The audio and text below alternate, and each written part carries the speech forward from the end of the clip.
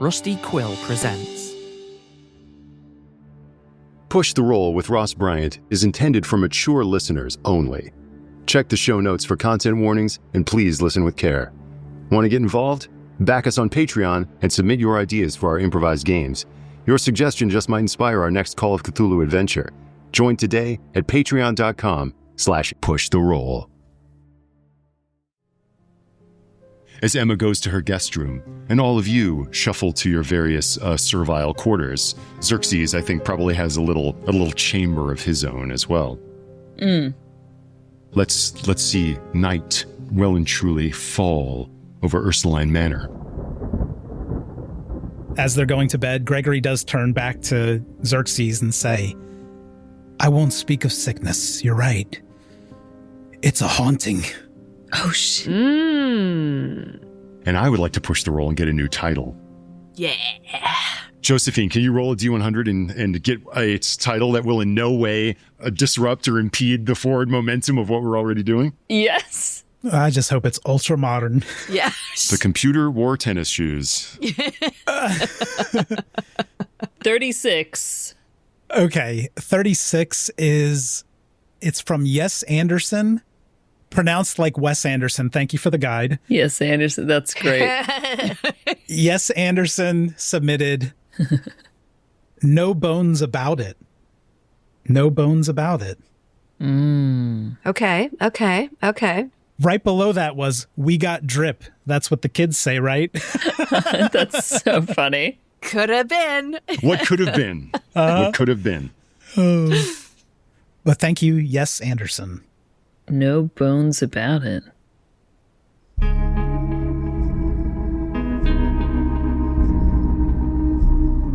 The cosmos is a cyclopean infinity of chaos.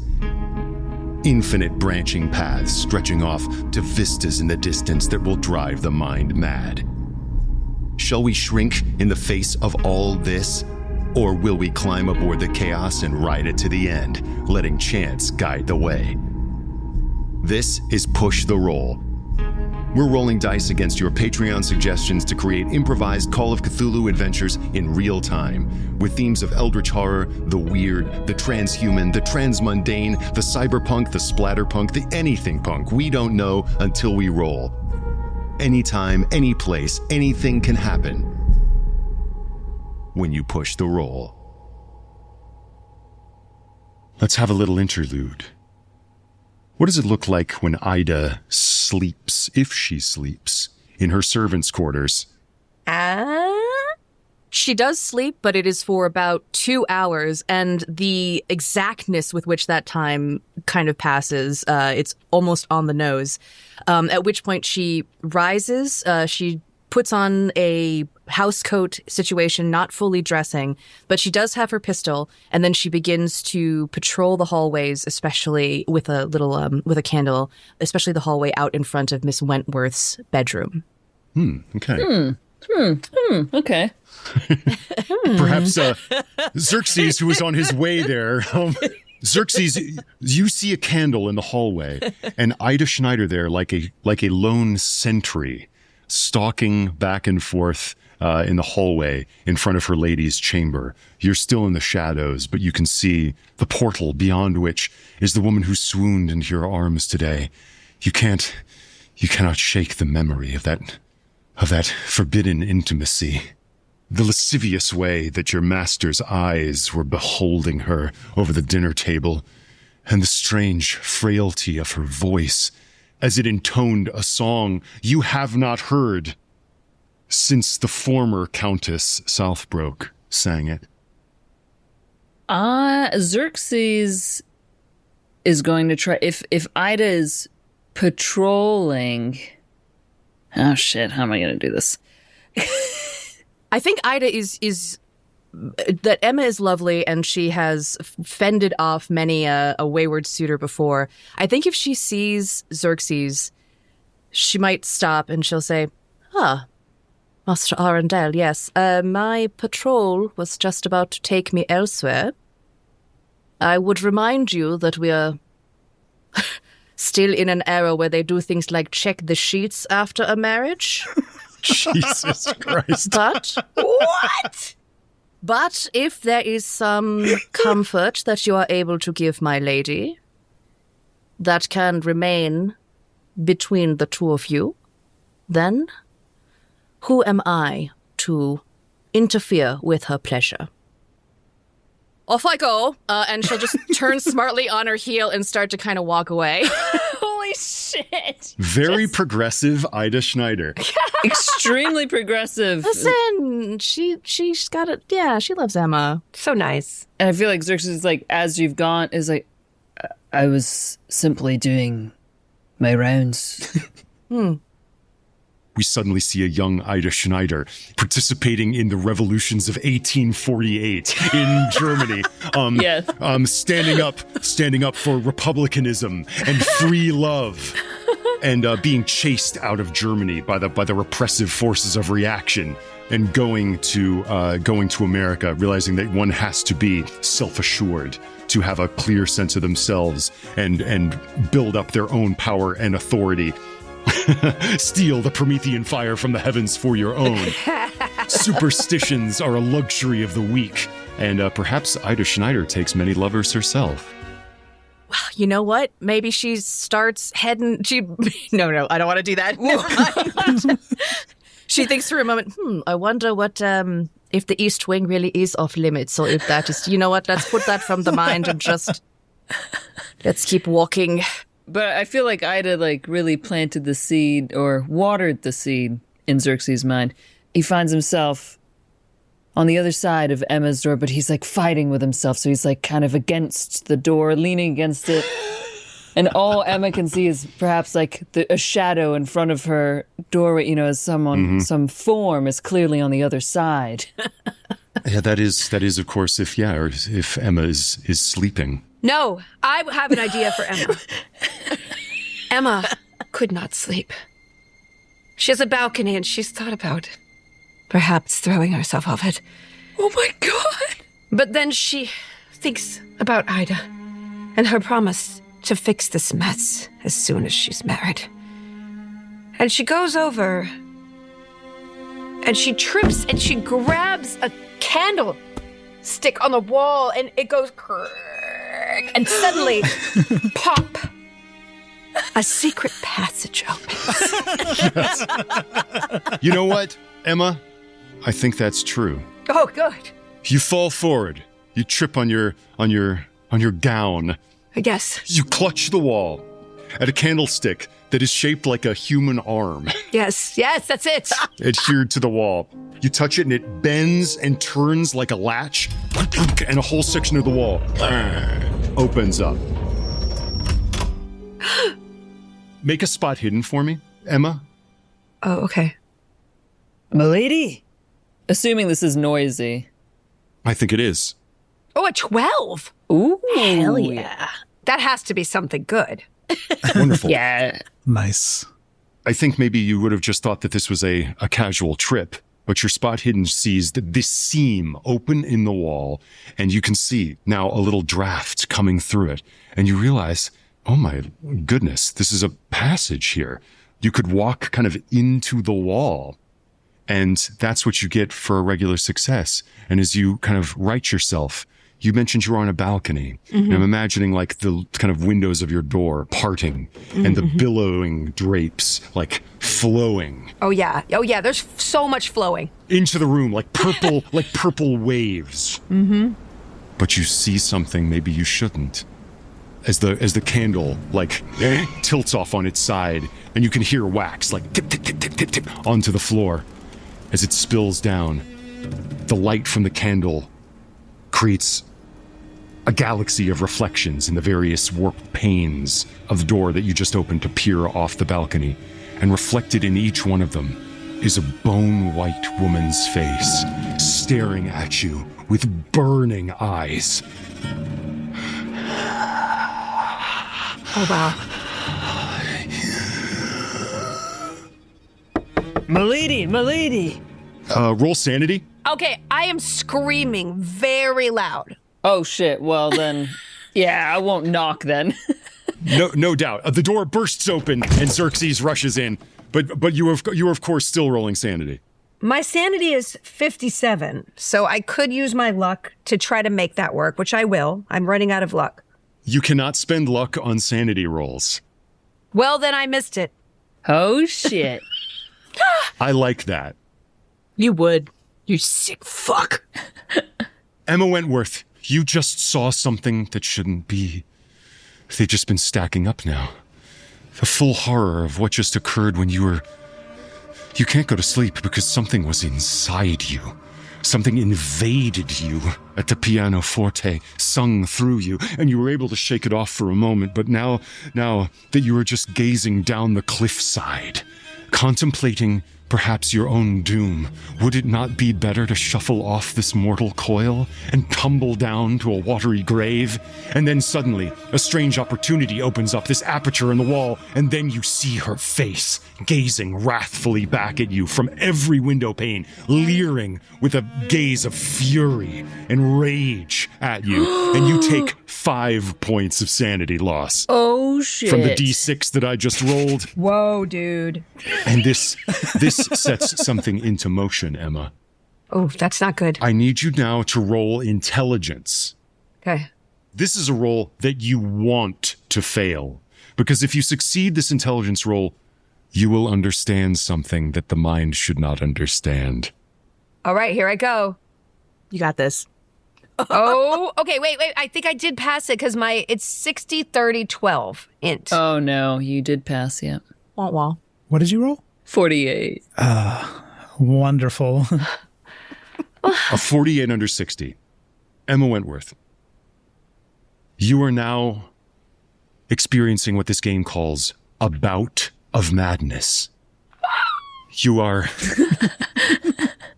Is she dancing? on the floor, writhing madly under the burning gaze of the specter, nay, Wraith, that is gazing at you from the window panes, reflected by nothing. As your gaze moves around the room, you see nothing in this room. She's not there, and yet there she is, peering at you from the mirrored surface of every window pane. In fact, there she is, in the mirror by the vanity, looking at you from the glass. I am dancing. You know the red shoes sequence where the woman goes crazy? She's like dancing. I'm dancing, and I also am very good at dancing. So if you need me to roll dancing, I could roll dancing. This breakdown looks great. So, Xerxes, what happens is you hear a scream. You fling open the door, and what you see is Emma Wentworth waltzing with no one. The drapes blowing in with the moist air from outside, and she dancing and trembling there in this room. I think this provokes a sanity roll from you, Xerxes, seeing this unnerving scene. Sure. Yeah. I mean, she's driving me crazy. I succeeded. I got a 16 under 45, so. Okay. All right. You take no sanity loss. It's just a weird scene, not a sanity-wrecking scene. My lady, you continue to haunt me. Ooh. And suddenly he's there. Xerxes is there. But you understand something, Emma Wentworth. What you said before was true. You're going to die here. You're going to die here because she wants you to. She won't let you leave. She won't let you leave unless your spirit leaves. She hates you. She hates all who would come here. All who would claim him, who would be intimate with him. And if she can't destroy your body, she will destroy your mind until you destroy yourself. Your doom is assured, and you feel the wrath of her emanating off of every surface. You no longer see her reflected in the panes, but you can feel her presence in this room still. Lady Wentworth. And I'll oh yes. Oh, there's that charming voice. No, come here. And then I just rip my shirt off. My lady, I close the door. The shirt comes off. And My double Ds. They were double Ds, not just Gs. Tossing to and fro like the froth on the ocean outside, waiting to embrace me with its cold fingers. Are you going to? If you're going towards the balcony, I mean, Xerxes will have to intervene. I'm dancing toward it. I'm dancing. I'm swaying. I'm just. Emma Wentworth is swaying and swaying towards the balcony, dancing and screaming and singing.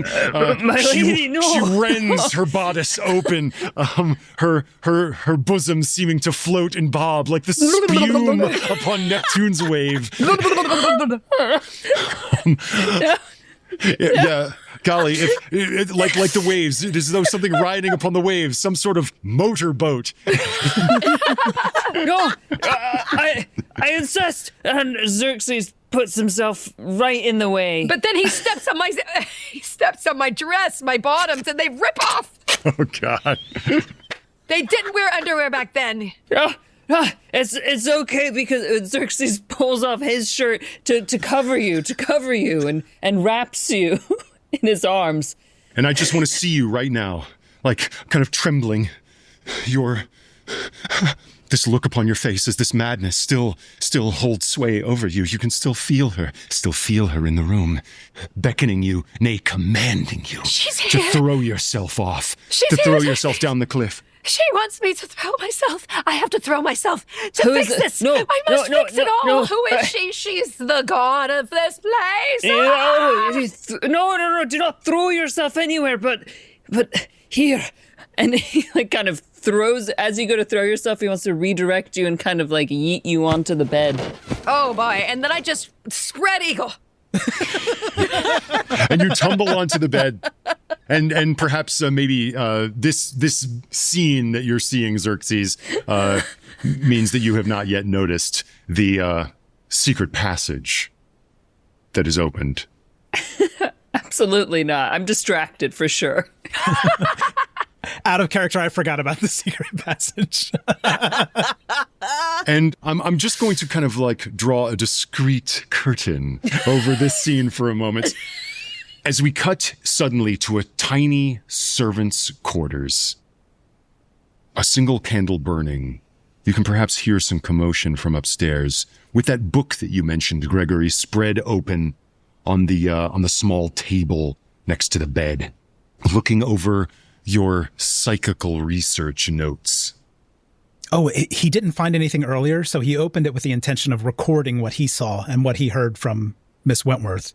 Wonderful. I would love to think that, like, perhaps in this book or perhaps in your possessions, you maybe have other researches that you have done, as you've described yourself as something of you've got a sort of occultic temperament. What is your precise occupation? What do you do here exactly? Interior decorator. You're an interior designer. Okay. Yeah, you're one of those live-in interior designers. But on the sheet it does say occultist as my occupation. So he's very multi-talented. Yes. It's like when your hobby starts to overwhelm your real job. Okay. Which I can relate to. I want to put you then like almost montage style, so you kind of like recording your findings in this book.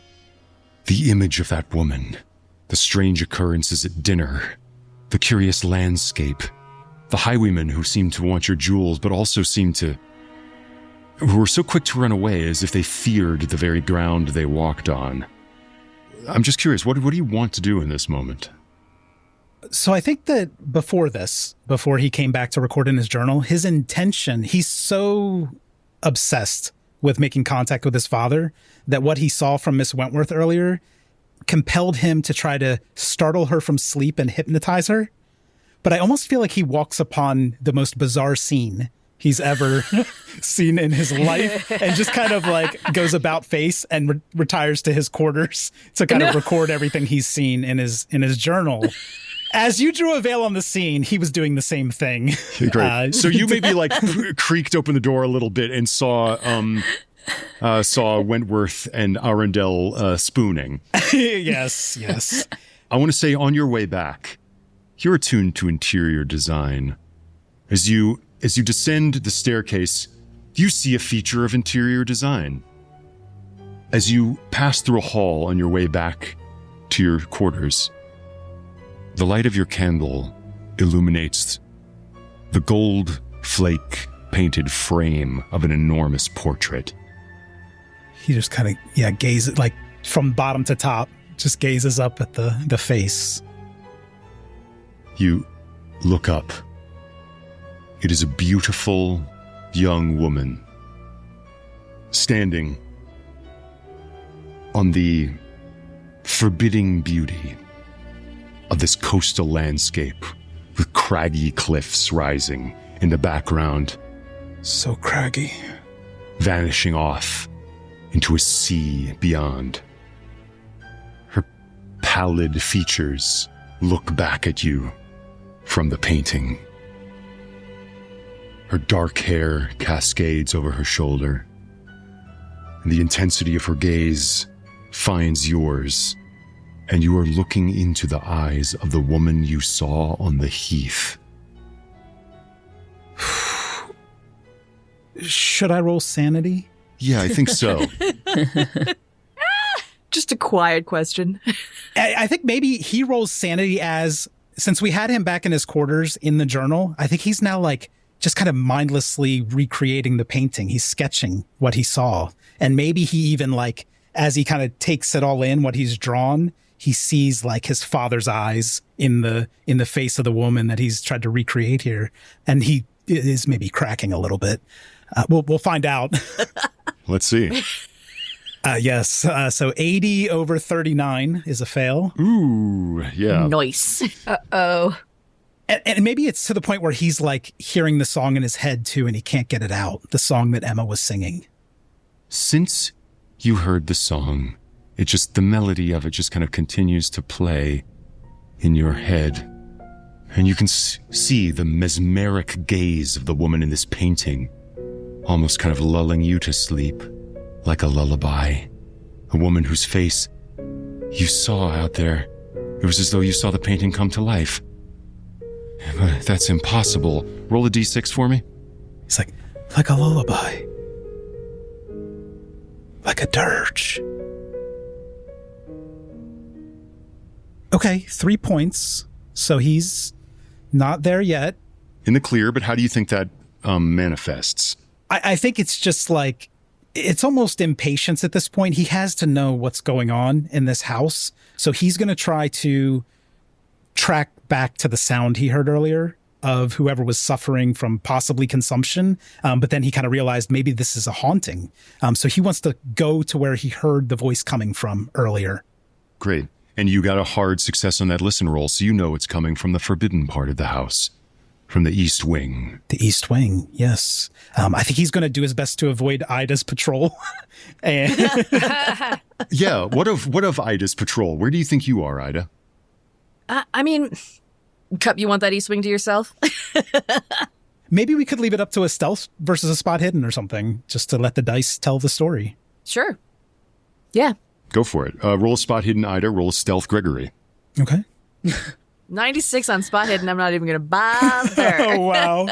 Oh my gosh. Oh, no. Oh, and I actually only have 20, but I passed. So 16 under. You're rolling so well, Cup. Yeah. What's happening? Yeah, you're such I a know. good Cup. I'm sorry. It's Hacksaws. It's not usual, we'll just say. This is very unusual, yeah. Really? Okay. Ida, what's your spot hidden? My spot hidden is 50. Ooh, so he barely didn't fumble. Okay. So yeah, you do not see him. Maybe Ida didn't go too far from the from Emma's room, but the sounds coming from there, she's just trying not to listen or perceive anything. This is fine. The young ones, they have their own ways of expressing love. I shall. Here's what I'll say. The reason you don't see Gregory Putin creeping past you into the East Wing is that you hear something. You just hear a little like...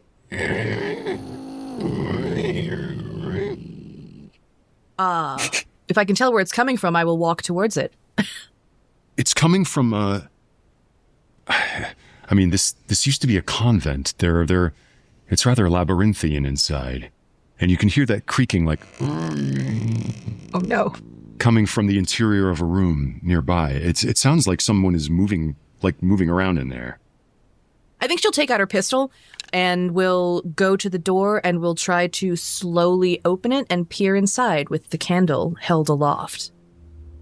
Great. You have your pistol in one hand and your candle in the other. You kind of open the door. And you're looking into a little sitting room. It looks almost like a lady's toilette. There are like chairs, a chest, some chairs kind of like stacked together. Looks as though nobody's been in here for a while. Yeah, I think she'll fully open the door. She'll start to look around for whatever was making the sound. I really have to emphasize here that it's night and you've got one candle. You look into the room and you see this little abandoned room where you know you heard something. Your candle moves to the left.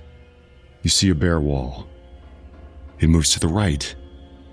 You see a little engraving hanging on the wall of a country scene. You move deeper. You see the wall, the chairs, the chest. You kind of move back, and there's that country scene again, and the woman in the hill, and you kind of move back. And your candle moves back, and in the engraving, the woman is closer. I think that she probably doesn't trust her eyes at first, and so she'll kind of like lean in a little closer and hold the candle closer as well. In the engraving, you see a landscape of the world nearby. A ruined chapel or chantry. Trees bent and warped by their exposure to the harsh sea air. And there she is, the woman you didn't see before. She looks even closer now. So she was a part of the background, but now is like somehow part of the foreground. Ida's hand reaches out. She wants to touch the surface of this painting to see what exactly it's made of. This is some sort of trick of the light, surely. You touch the surface of the painting. And as soon as you touch it, the candle blows out. And you are plunged into total darkness. That same grinding of wood against stone. Yeah, her gun is in her, like, kind of waving around wildly in the dark. You know, she is a little... Tap, tap, tap. It's water. It's raining inside. Good bones, my ass. This is terrible construction.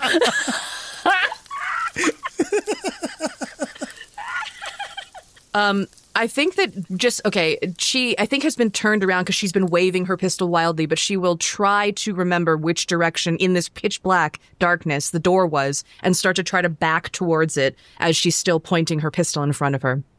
Give me a navigate or a track. Let's see if I have either of those two things. Sure don't. Let's do... Okay, if I don't hit a 10 on this, then, well, I got an 89, so yeah. She's spun around too many times. She's a little dizzy. She's kind of like tripping over her own feet. You're tripping over your own feet, and you're moving into the room past where the chest would be. You're groping for the door. It's so wet. There must be a leak. It's a leak. It can't be raining inside. As you go further and further, and you're further. This is not. The room is too big. It's too big. It's not. It was smaller than this. Your foot comes down on soft mud, not stone. What is happening? You can't be outside. It's still so dark. It's still so dark. You feel like the tree. How did you get outside? The dimensions of this room just do not make sense. The tree branches that move, that grasp your wrist. Because it's not a tree, it's bone. As a skeletal hand closes around your wrist. Okay, now we're in more familiar territory. Eida is just going to follow the kind of line of the arm and point the gun in that direction and shoot. Just fire. Great. Go for it. Yeah, go for it. Let's Shooting a skelly. This is crazy. shooting the skelly. I will spend 8 luck to make this a hard success. Oh, hell yes. Ida don't fuck around. I doesn't fuck around with guns. No, break them bones. In the flash of powder coming from your pistol, like a bolt of lightning illuminating this dark interior like a strobe light, you suddenly see, like, bang, the skeletal visage of this woman grasping your wrist with just like her bone white hand, the jagged, misshapen teeth in the skull, screaming at you. And then as your ball just like blows the skull into like 1,000 pieces, and you stumble backwards out of this room, thump, onto the stone outside. There's not even an echo from your pistol ball. It's as though all of that happened somewhere else. And the room isn't wet, but you're soaking. What? Oh, shit. Roll sanity for me. Oh my god. So I did expect this sanity roll, so I did roll it. I got a 4. I think that Eida is connecting some dots, and I think that just to the house, you know, she's from Germany. They have folklore there. Murderous dead wives. This tracks. I think she might just say to the house at large or to whatever evil spirits you have here, you next time should make sure to kill me. For if anything happens to Miss Wentworth, then the master of this house shall also die. And then she'll just take off towards Emma's room. Wow. And you fling open the door, and there is no one there. Emma and Xerxes, you move through the hidden passage. Yes. I want A natural post. Yeah, your face adventure. is flushed. You're no longer in a bout of madness, Emma Wentworth. It is as though you've had the traditional cure for a hysterical episode. It was like he was a doctor. And you have a candelabra in your hand as you move through this stony passage. The interior of this passage seems to date from the foundation of the Ursuline Manor, and you can see like faded paintings of saints holding sacred hearts pierced by nails, dimly visible in your candlelight as you move through the bleached stone of the interior of this space. I've never seen this before. I think Gregory would love these. They would make a good redo of the living room. You can do whatever you'd like, Lady Wentworth. It's incredible how deep you're able to reach. You see. It's incredible how deep you were able to reach, too. Oh my God. It's not the first time I've heard that. I am, I'm just in his Lord's service. I must prep the guests, you see. Yes. Xerxes, strange things have been known to happen here when you live here. Strange sounds, curious noises. Walking into rooms where the furniture seems to be rearranged. Rooms that seem to have an uncanny and unnatural chill, even when summer is at its peak. And even now, as you move deeper into this passage, you can see your breath because it's becoming colder and colder as you move deeper and deeper. And you know the confines of this house, and you know that your pathway is leading you through walls that take you past a hall and skirting the scullery. There are 2 holes in the wall, and if you peer through them, you can see from your vantage point Gregory Putin walking away. It's as though you're looking through the eyes of a painting that he was just looking at. Wow. And as you move deeper and deeper, headed east. Are you sure you want to go deeper? You asked me that earlier, and I said yes. Yes. I just... Penetrate every corner. I always like to double check. Consent is key. I appreciate that. That is why I have such I feel so safe with you. But we must uncover the secret or I'll go mad. And I can't have you diving into my crevices to bring me back to sanity every time. I would do it every single time, Lady Wentworth, but stay close, for there is a chill in the air. You move through the passage, and you can see up ahead the yellow and sickly light of candles up ahead. And you can hear also a feline sound.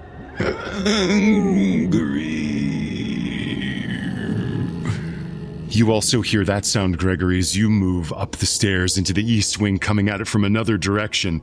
And now is the point where I would like it sounds like a pincer maneuver is happening at this moment. As Gregory moves through passageways past more paintings in this labyrinthine interior, you come to a door that seems to have a huge and weighty lock on it. And you can hear that strange feline voice of definitely a ruined throat, desiccated by consumption, gasping from the interior.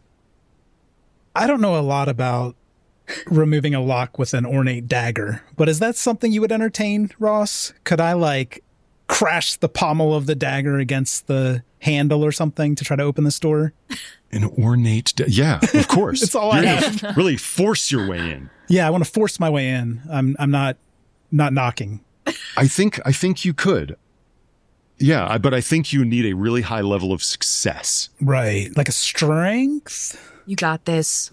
The age of this place, yeah. Use strength. And it is only because you have this ornate dagger that this doesn't need to be an extreme success. It has to be a hard success in order to have any effect. I do have good strength. Yeah, let's see. You've been rolling rocks. Let's go. I don't have a lot of luck, though, so let's see how I do. You could do this. Get it done. Okay, 64 under 70. Oh. I only have 25 luck. I need a 35. Oh, no.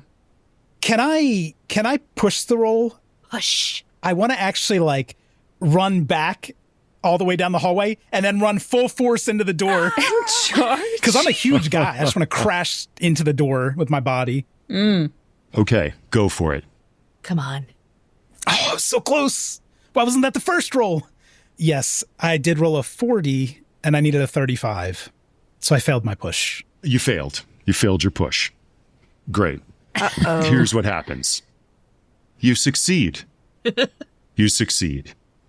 You slam your dagger on the lock. It kind of buckles and breaks, but it doesn't quite budge, and you realize you've got to throw your full weight into it.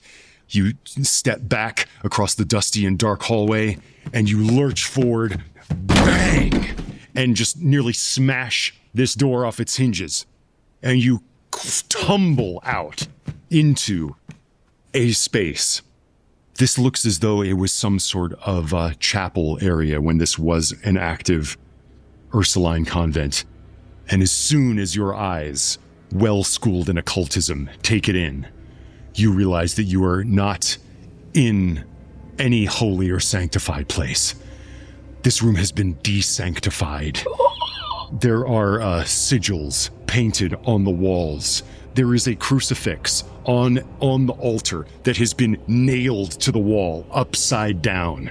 Blood red candles everywhere. A giant circle on the floor, which as you look at it, you realize is made up of animal bones set together to create a unhallowed verge.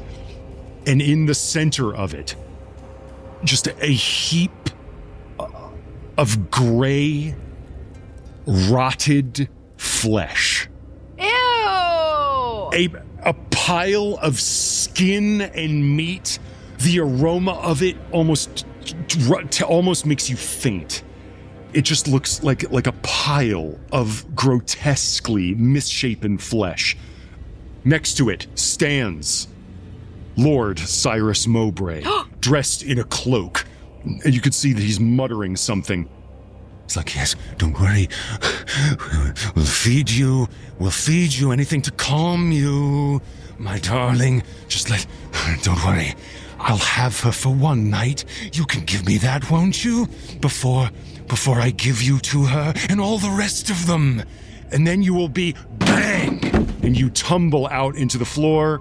You behold this occultic ritual. You can see the boneless face of the woman in the portrait, her black hair strewn like a gnarl of serpents in the middle of this unhallowed, sigilistic form on the floor, as her empty eye sockets seem to kind of writhe there on the floor as she looks at you with no eyes, and you just hear her say, "Hungry." And that is when Mowbray just takes you in a glance and is like, "Americans, I thought I told you what was forbidden. Someone, it seems, Mr. Putin, cannot listen to their betters." And he just says, like, "Asmath incarotto." And suddenly all the candles in the room just like flicker, and you feel your own skeleton push against your flesh as your own skeletal system rebels against your ability to control it. Oof. Can he be like, so he's going to walk in and kind of think like, this is vulgar. It's practical, but it's pretty vulgar. So he's going to like, he's got like all these tight rings on his fat fingers, and he's going to try to pull off a particular black ring when he walks into this room. His hope, which now that the skeleton's forcing its way out of his body might not work, he's hoping to hypnotize this man to stop whatever it is he's doing in here. Maybe he even breaks his finger trying to get the ring off at this point if the skeleton's resisting him, but he's going to try to get this off and just kind of spin it in front of the man and say like, "I will loosen the collar on your thoughts. Ooh. You will give in. Make no bones about it." Ooh, he said the thing. Bingo. Eida and Xerxes, you hear this in the passageway as you draw ever closer, and you can see just the wan light coming in through the crack in the door, which you can push open if you wish. What are you going to roll to try to hypnotize this guy? Hypnosis. Oh, Hey. there you go. Roll hypnosis. Yes. Get it, Cup. This is such a fun sheet. Get it. Oh my God! What? You've got to be kidding me. That's the worst thing I've ever seen. I love this. What did you roll? I rolled a 100 over 70. Yeah, you're fucked. That was the only thing I couldn't roll. You're fucked. Here's what I feel happens. Oh, no. You were rolling so well. What happened, you idiot? Emma and Xerxes, are you moving into the room? Oh, yes. Yes, because I owe everything to Lord Mowbray. I would do anything for him. You push open the panel. And I kind of push you forward. Great. Emma, Xerxes pushes you forward into the room. What is in here? This altar has been altered, and every saint has been repainted to appear misshapen, their limbs replaced with claws and beaks and tentacles, their forms bulbous. They seem to give birth to strange spidery things out of like orifices in their chests. And this whole like debased altar swings open on an unseen hinge, and Emma Wentworth looks into the secret chamber and sees the result of rolling 100 on a hypnosis. Oh my God. Gregory Putin, here's what happens. You attempt to flash the ring at him, and he just smiles as your skeleton answers his command. And Emma, you see him reach up to his face, and you pulled off your bodice earlier. Xerxes rent off his shirt earlier. And right now, you see Gregory Putin tear off his own skin. Yes. Rip his flesh off of his body like someone taking off a garment. His skeleton steps out of his body. Oh. The meat of him topples to the ground in a wet heap. And the skeleton, like as if by stop motion, staggers and judders into the holy circle and begins to dress itself in the flesh that is piled up inside. Wow. And you now see the woman that has been speaking through you and looking at you through every pane of glass, pulling her flesh onto Gregory Putin's skeleton and reforming herself in front of you. And you can see now also Mowbray being like, yes, my love. We shall be together again. Just give her to me for one night. Prima nocta. Wow. Ew! Wow. I call upon you, gods of lasciviousness. Yes, gods of the flesh, gods of bone, gods of this material world, who pay homage to the pleasures of the flesh. To you I pay homage. And you can see now this rotting flesh being pulled like a disgusting and distended mask over the skeleton of Gregory Putin. Roll sanity. Me? Yeah, Oh, yeah, right. you're seeing this. you. 26. Oh yeah, by the way, Gregory, you're dead. Thank you for that. 26. I am fine. You're fine? 26? Well, I have a 52 sanity. Yeah. Okay. Okay, great. But, okay, but listen, I have a gun. I always carry my gun. Eida trained me well. I look at Xerxes. I need to roll to see if I think he brought me here on purpose. Was he in on this? I'm going to leave this up to Xerxes. Are you or are you not in on this? Was he in on this? If this is under 50, yes. Oh shit. Oh no! Yes, he was. Xerxes was in on it. Xerxes isn't just his ward. He is an acolyte of dark and nameless gods. Xerxes, it's always the hot ones. He wasn't found. He wasn't found on the heath. He was cut off of a boy on the heath. He was put onto the skeleton of another boy on the heath. He wears unholy flesh, and thanks to the gifts of the arch-magus, Lord Cyril Mowbray, he will live forever. All he asks is a little pleasure. Okay, so I lean in. And Yeah, it's gross. It's gross. I'm sorry. I lean in to Xerxes and said, "You were my first and my last." And my gun is under his chin, and I shoot him up through his head.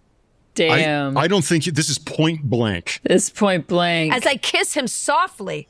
Oh, yeah, of course. I'm like, it was worth it. I'm gonna go ahead and roll that damage to be quick about it. Yeah, go for it. Yeah, this is point blank. Yep. Xerxes, not to put too fine a point on it, your head explodes.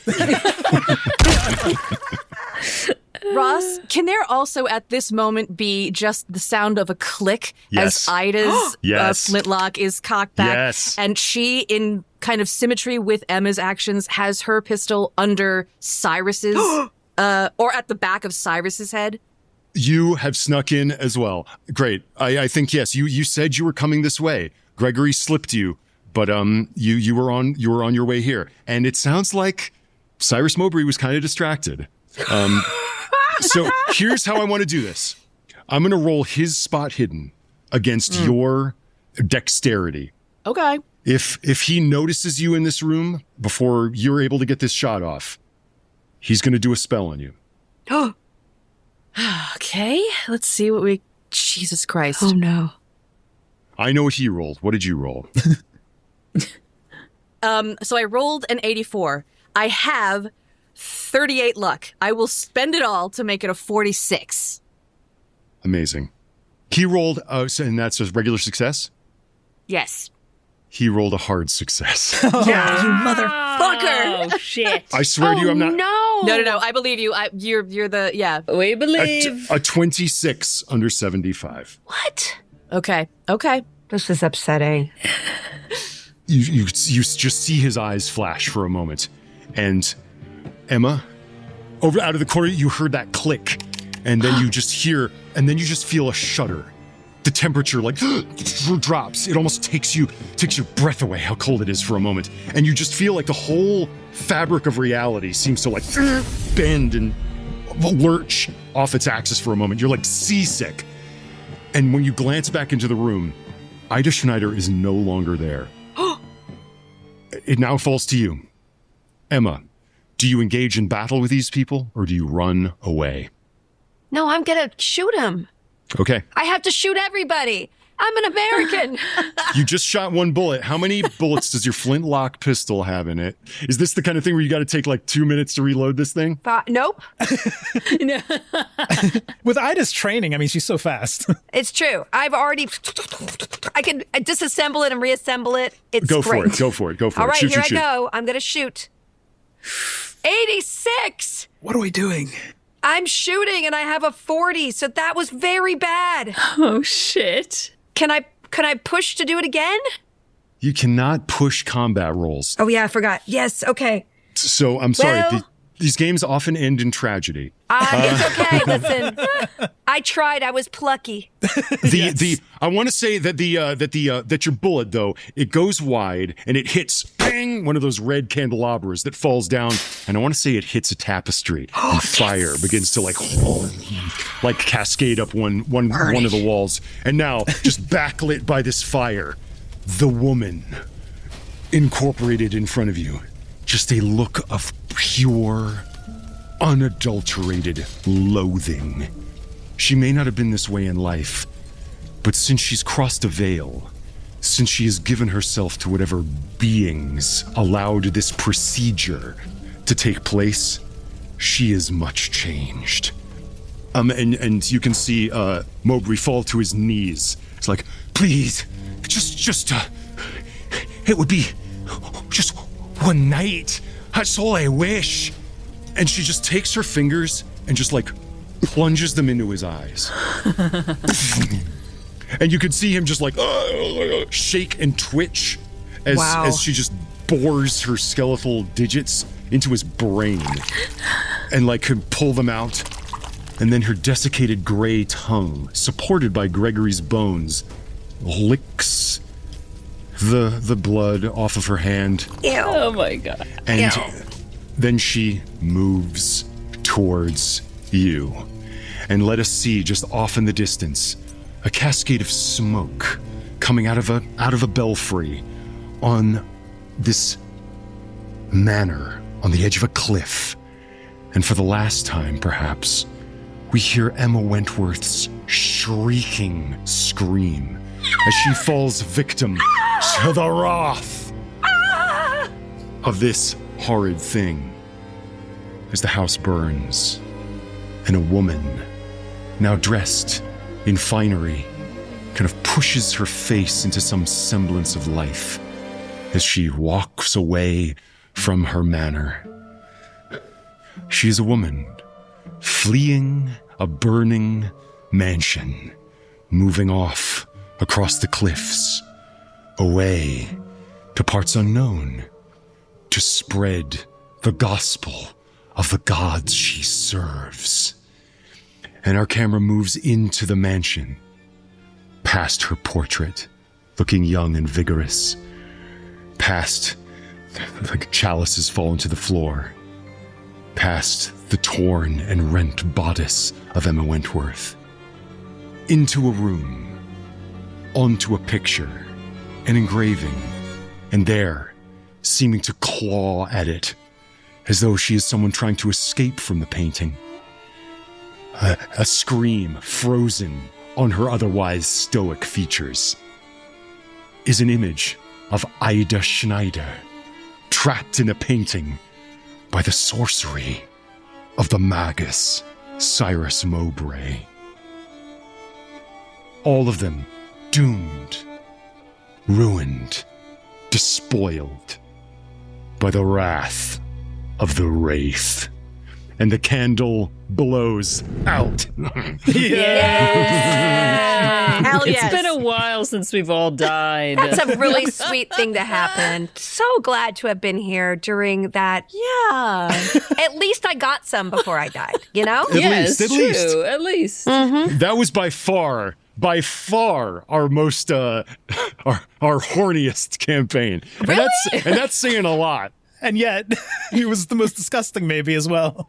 Yeah. You know what? Yeah. We got the peaks and the valleys. Two sides. Well, I for one loved it. That was fun. Thank you so much. Thank you so much to my amazing players, Josephine McAdam, Nick Rosenberg, Cup, and Felicia Day. Thank you so, so much. And thank you also to our amazing title givers, Chris and Yes Anderson. Thank you so much for joining us on Push the Roll. Thank you. Thank you so much. That was a thrill. Thank you, Kickstarter backers who went to the URL. Yes, which is watchtheguild.com. If you like the way I was horny and died, watchtheguild.com. Yes. Please back right now. Join in on the fun. We're going to have a great time. Get those stretch goals. Not quite as horny, not quite as graphic, but hey, still a good movie. Thanks, guys. Yes. And if you like the way we were all horny and died, we'll catch you next time on Push the Roll. Oh, man. Brilliant. Awesome. Oh, amazing, Ross. That ripped, y'all. Amazing, everyone. Amazing. That was great.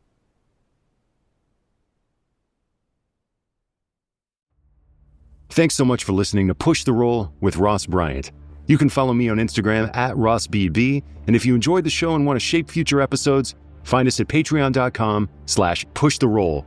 Subscribe, submit your title ideas, and help decide where our next roll takes us. Catch you next time.